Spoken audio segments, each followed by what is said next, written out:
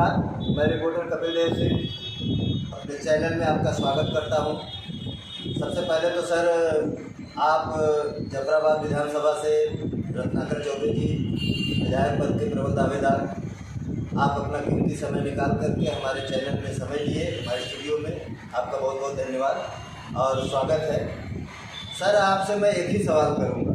कभी आप, जैसा कि इस समय एक वीडियो वायरल हो रहा है लखीमपुर खीरी का, जिसमें आप देख रहे हैं कि किस तरह से किसानों के साथ बर्बरता किया गया है।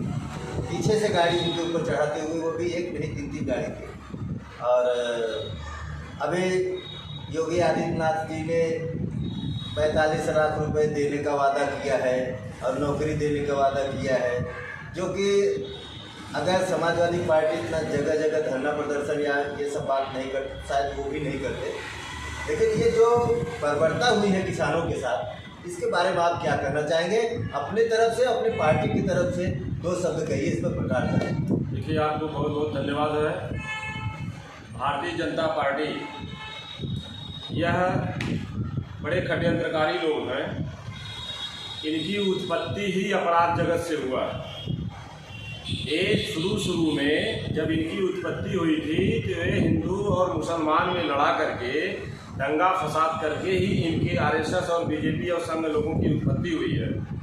और इनके लिए यह किसान जो घटना किए हैं, इनके लिए यह आम नहीं है। सालों से किसान धरना प्रदर्शन कर रहे हैं, अपनी बात को रख रहे हैं, लेकिन कभी सरकार जो है गुंडीबाजी सरकार कभी सुनने का और देखने का काम नहीं की। और जिस तरह से शांति ढंग से किसान जो है अपना धरने को पैदल मार्च करके धरना देने का काम कर रहे थे, सरकार को एक मैसेज देने का काम कर रहे थे, लेकिन सरकार में बैठे चंद व्यक्ति जो इतने देख रहे हैं, जिस तरह से वीडियो वायरल हो रहा है कि पीछे से अपने काफिले के साथ लोगों को उड़ाते हुए, रौंदते हुए, जिस तरह से उन्होंने जाने का काम किया और लोगों को मारने और रौंदने का काम किया, ये हत्या करने का काम किया, ये देश के किसानों को ही नहीं आम आवाम को झकझोर करके रख दिया है।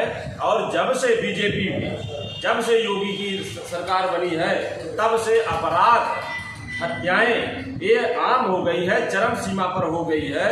और आप देखें कि लखनऊ में विवेक तिवारी का जिस तरह से इनकाउंटर करने का काम किया गया, कमलेश तिवारी का जिस तरह से मर्डर करने का काम किया गया, मनीष गुप्ता को गोरखपुर में जिस तरह से पुलिसिया तांडव द्वारा इनकाउंटर करने का काम किया गया, हमारे जनपद जौनपुर में किशन यादव को हवालात में डाल करके पुलिस के माध्यम से मार करके, पीट करके जिस तरह से उसकी हत्या करने का काम किया, इन लोगों के लिए यह बातें, हत्या, अपराध तो आम हो गया है। योगी जी जब सत्ता में नहीं थे, वो कहने का काम कर रहे थे कि हम आएंगे उत्तर प्रदेश की सरकार में, अपराध मुक्त सरकार बनाएंगे, उत्तर प्रदेश में जो अपराधी रहेंगे हमारे आने के बाद या तो दूर चले जाएंगे या तो अपराध छोड़ करके चले जाएंगे।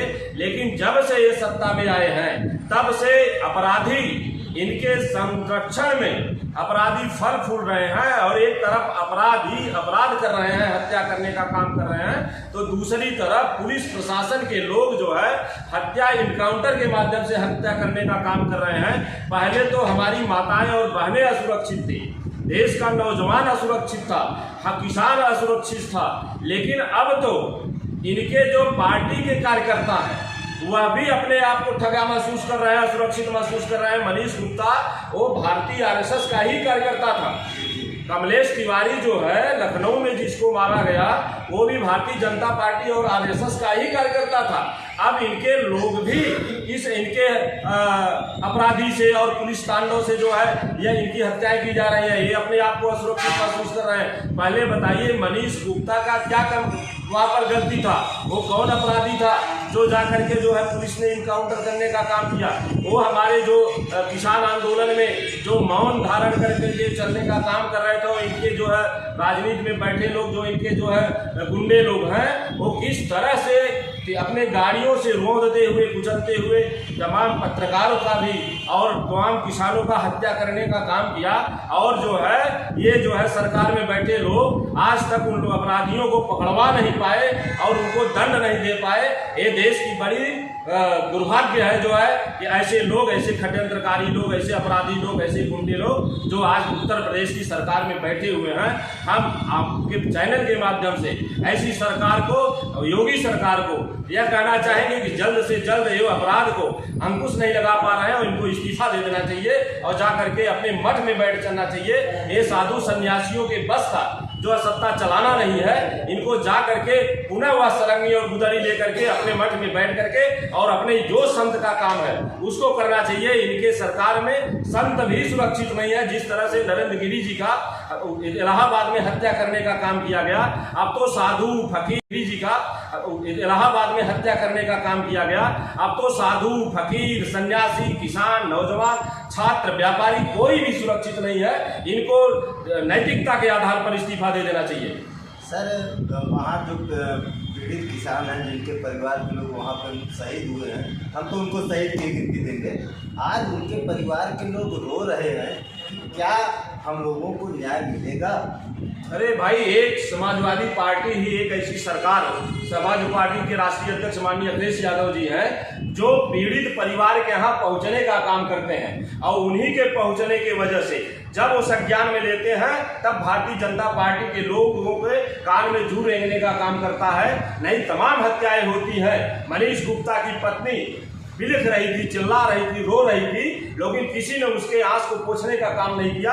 जब राष्ट्रीय अध्यक्ष माननीय अखिलेश यादव जी गोरखपुर गए, वहाँ पर कानपुर गए हैं और उसके पीड़ित परिवार से मिलने का काम किए, उनको 20 लाख रुपए आर्थिक सहायता देने का काम किया, तब जाकर के भारतीय जनता पार्टी के लोगों ने वो जो है जाकर के जो है अपने सत्ता के चाबुक से अनाप शनाप बयान दिलवाने का काम किया उस मनीष गुप्ता की पत्नी से। और किसान जो हमारे जिनकी हत्या की गई है, उनको अगर यह चंद कुछ न कुछ घोषणा कर रहे हैं तो उनके परिवार का जो व्यक्ति की हत्या हुई, जो मरे हैं, उसको वो वापस नहीं ला सकते हैं। तो पैसे के माध्यम से, नौकरी के माध्यम से उसको वापस नहीं किया जा सकता है। ये भारतीय जनता पार्टी के लोग अपराधी थे और अपराध से ही उनकी उत्पत्ति हुई है और जब से सत्ता में आए हैं तब से अपराध कहीं कहीं करते चले जा रहे हैं। इन सत्ता इनके बस की बात नहीं है, इनको इस्तीफा दे देना चाहिए। जगह जगह वो सर प्रेस वार्ता कर रहे हैं, मीडिया वालों के सामने जाके कर रहे हैं कि हमने उनके प्रत्येक परिवार को 45-45 लाख रुपए और एक सरकारी नौकरी दिया है। क्या उनके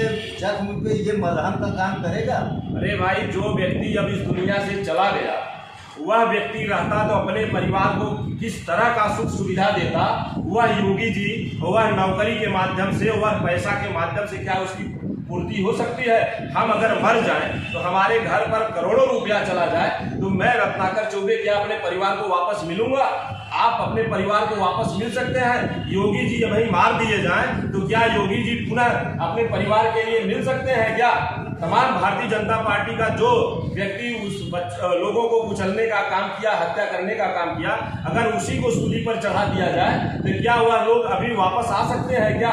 पैसा और नौकरी, ये तो एक जो खाली षड्यंत्रकारी लोगों के लिए एक तो सुगुफा है।